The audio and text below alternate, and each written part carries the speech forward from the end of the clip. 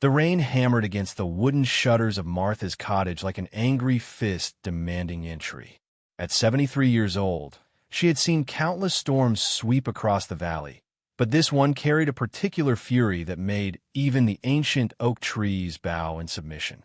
She sat by her fireplace, her weathered hands wrapped around a cup of chamomile tea, watching the flames dance and flicker with each gust of wind that found its way down the chimney. Martha had been the valley's midwife for over 50 years. Her hands, though marked by age spots and crossed with prominent veins, possessed a gentleness and skill that had guided hundreds of babies into the world. In her small cottage, dried herbs hung from the ceiling beams, lavender for calming, raspberry leaf for labor, yarrow for bleeding. Glass jars lined her shelves, each carefully labeled with remedies passed down through generations of women healers. The knock came just after midnight, so forceful it made Martha jump despite her expectations. In her line of work, midnight summons were as common as sunrise. She shuffled to the door, her joints protesting with each step, and pulled it open against the wind's resistance. A young man stood on her threshold, drenched to the bone, his eyes wide with panic.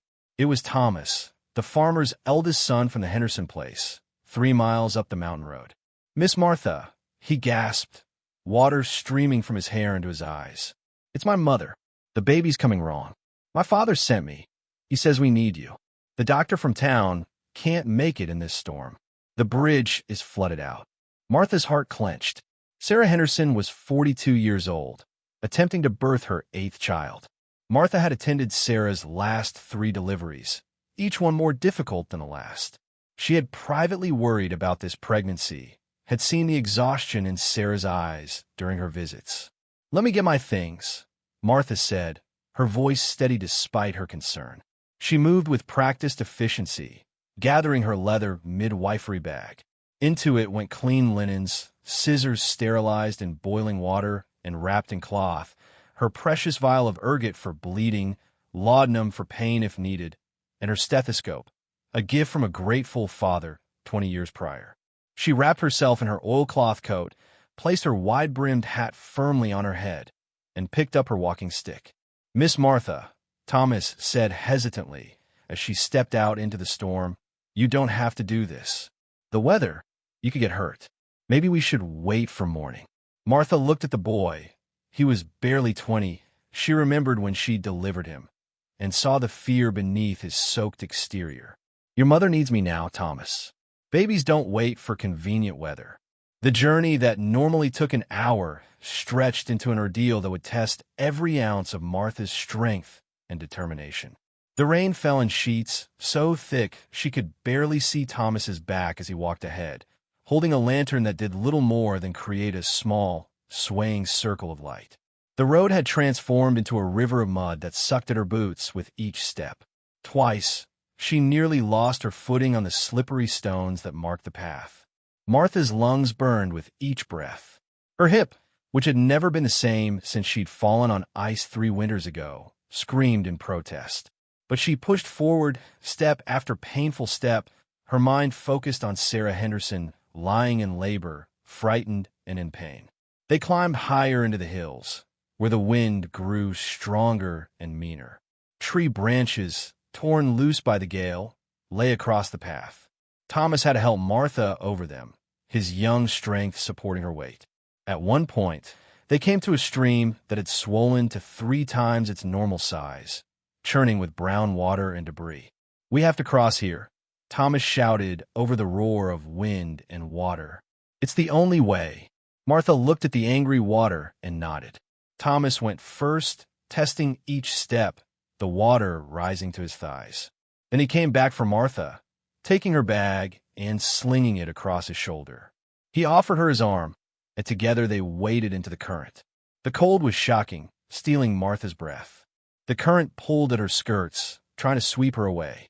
She gripped Thomas's arm with all her strength, her walking stick braced against the rocky bottom. Halfway across, her foot slipped on a moss-covered stone.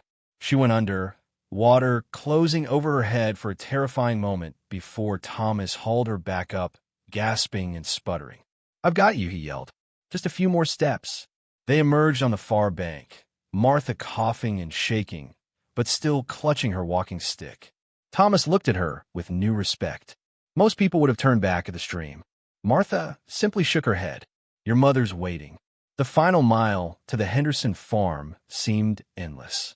Martha's wet clothes weighed her down, and every gust of wind cut through to her bones. Her teeth chattered uncontrollably, and she could no longer feel her fingers. But she kept walking one foot in front of the other because somewhere ahead, a woman needed her. Finally, through the curtain of rain, the warm lights of the Henderson farmhouse appeared like a beacon. Martha felt tears of relief mix with the rainwater on her face. The moment Martha stepped through the farmhouse door, the warmth hit her like a physical force. The Henderson home was modest but well-kept, with a large central room dominated by a stone fireplace where a fire roared. The smell of burning wood mixed with something else, the metallic scent of blood and the musk of fierce sweat. Robert Henderson, the farmer, rushed forward. He was a big man, with hands like ham hocks from years of working the land, but his face was pale with worry. Thank God you're here, Miss Martha. Sarah's in a bad way. Been laboring since yesterday afternoon. Something's not right. I can feel it. Let me see her, Martha said, shrugging off her wet coat. One of the Henderson daughters, Emily, appeared with a towel and dry shawl. Martha dried her face and hands quickly, then picked up her bag. Boil water. Lots of it. And I'll need all the clean linens you have. Keep the fire burning hot. We need this room warm. Robert led her to the back bedroom, where Sarah lay on a large bed, her face gray with exhaustion and pain. Two of her daughters attended her, Margaret, the oldest at 19, and Anna, 16. Both girls looked terrified. Martha, Sarah whispered, her voice weak. I knew you'd come. I told Robert you would come. Martha sat on the edge of the bed and took Sarah's hand, feeling her pulse, rapid and thready, not good. Of course I came, dear. Now, let's see what this baby of yours is up to. She gently examined Sarah, her experienced hands reading what her eyes couldn't see. What she found made her stomach tighten with concern. The baby was breech, feet first instead of head first. Worse, one foot was tucked up, making the position even more complicated. And Sarah was exhausted, her contractions growing weaker instead of stronger. Martha had delivered breech babies before, but never one this complicated and never with a mother this worn down.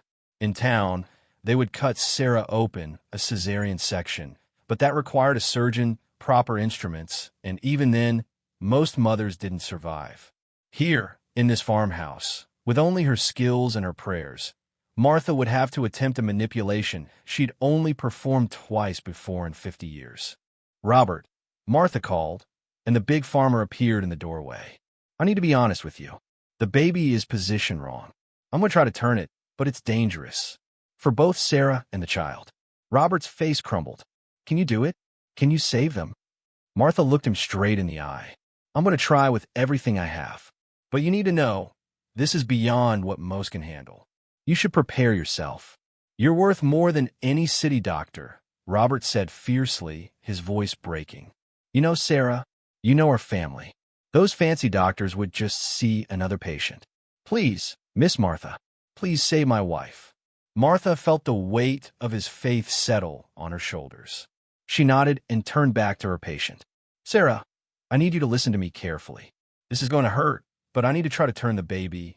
Can you be brave for me? Sarah nodded, tears streaming down her temples. Do what you must. Just save my baby. What followed was the most difficult hour of Martha's long career. She had to reach inside Sarah and try to manipulate the baby into a better position, all while Sarah screamed in agony despite the laudanum Martha had given her. The daughters had to hold their mother's legs. Robert stood by the door, his face in his hands, unable to watch but unable to leave. Martha's fingers, slick with blood and birth fluids, worked with delicate precision. She could feel the tiny foot, no bigger than her thumb, tucked up against the baby's body. If she could just ease it down, just get both feet pointing the right way, there might be a chance for a breech delivery. Come on, little one, Martha murmured, sweat dripping into her eyes despite the cold that still clung to her bones. Help your old Auntie Martha here. Just move a little this way. Sarah's scream pierced the air. Martha felt something shift. The foot was moving. She worked quickly but carefully, her experienced touch guiding the baby's limb. There! Both feet were now down. It wasn't perfect, but it was deliverable. Sarah, on the next contraction, I need you to push with everything you have left, Martha commanded. Margaret, Anna, support your mother's back. Robert, get in here and hold Sarah's hand. The big farmer rushed to his wife's side, taking her hand in both of his. You can do this, Sarah. You're the strongest woman I know. The contraction built. Sarah bore down with a guttural cry that seemed to come from the depths of her soul. Martha guided the tiny feet as they appeared, then the legs, slick and dark with vernix. Again, Martha urged. Another push. But Sarah was flagging, her strength nearly gone. The baby was stuck at the hips, the widest part still inside. Time was running out. Every minute the baby spent in this position increased the risk of the cord being compressed. Martha made a decision. She hooked her fingers around the baby's hips and, on the next weak contraction, pulled with firm, steady pressure while pressing down on Sarah's abdomen with her other hand. It was dangerous. She could injure both mother and child, but doing nothing was certain death. The baby's body suddenly slipped free, followed by the shoulders. Martha supported the tiny body, waiting for the head. This was the most dangerous moment. The head was the largest part, and if it got stuck, one more, Sarah. Martha cried. Just one more push. Sarah, with her last reserves of strength, bore down. The baby's head emerged in a rush of blood and fluid. Martha immediately suctioned the mouth and nose with a small rubber bulb from her bag. For a terrible, eternal moment, the baby was silent and blue. Then a cough, a sputter, and finally a thin, angry wail that was the most beautiful sound Martha had ever heard.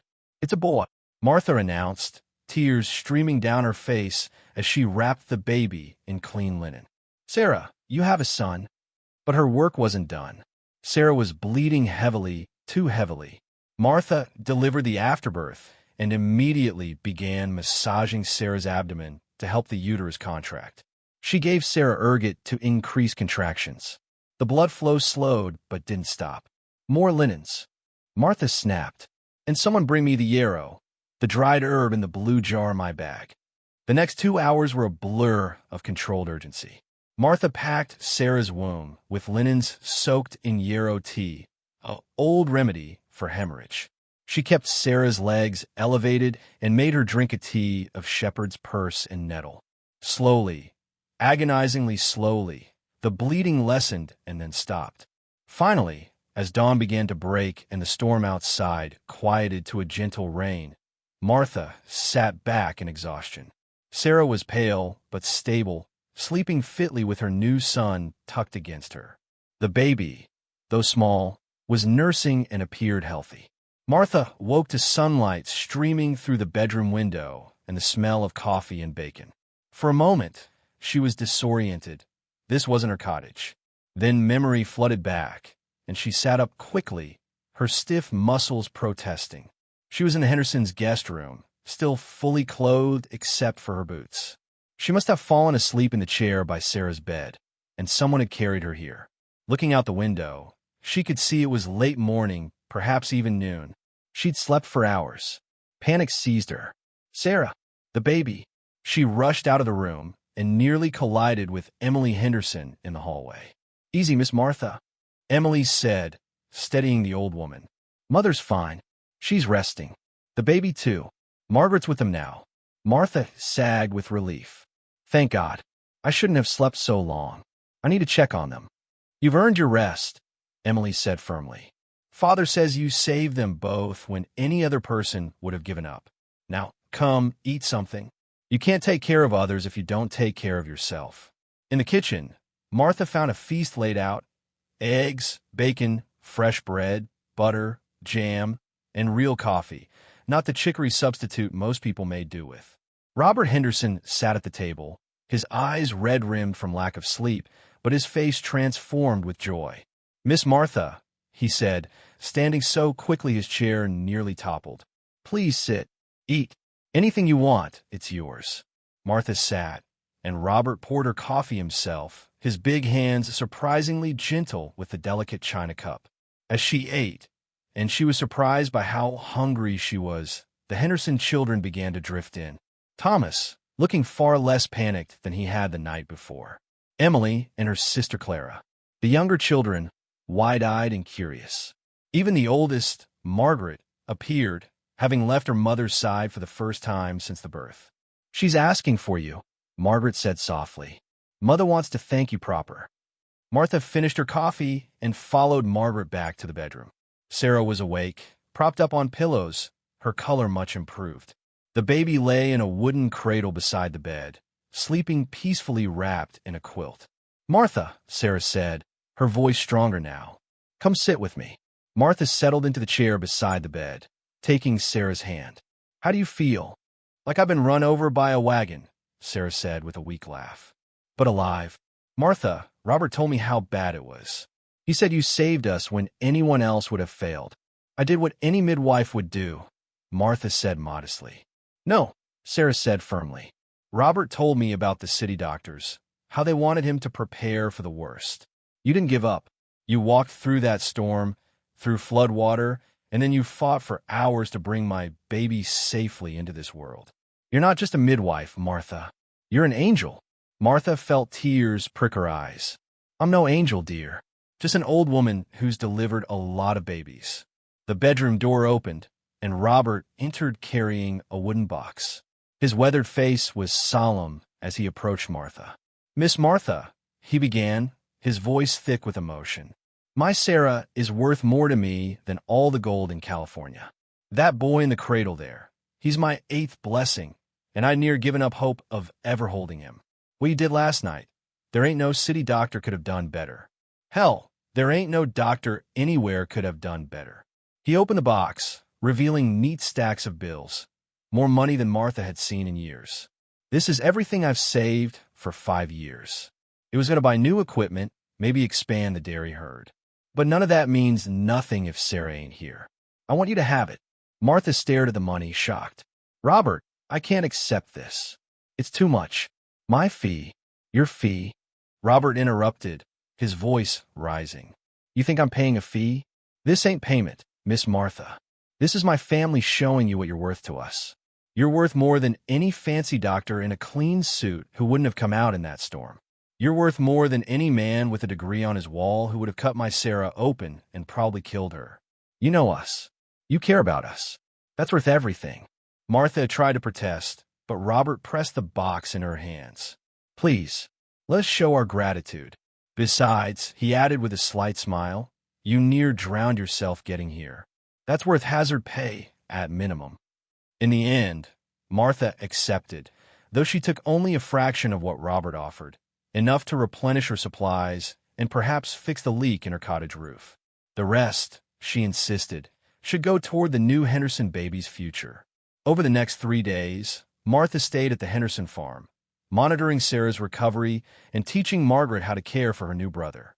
She showed the young woman how to check for fever, how to help Sarah with nursing, what signs to watch for that might indicate infection or other problems.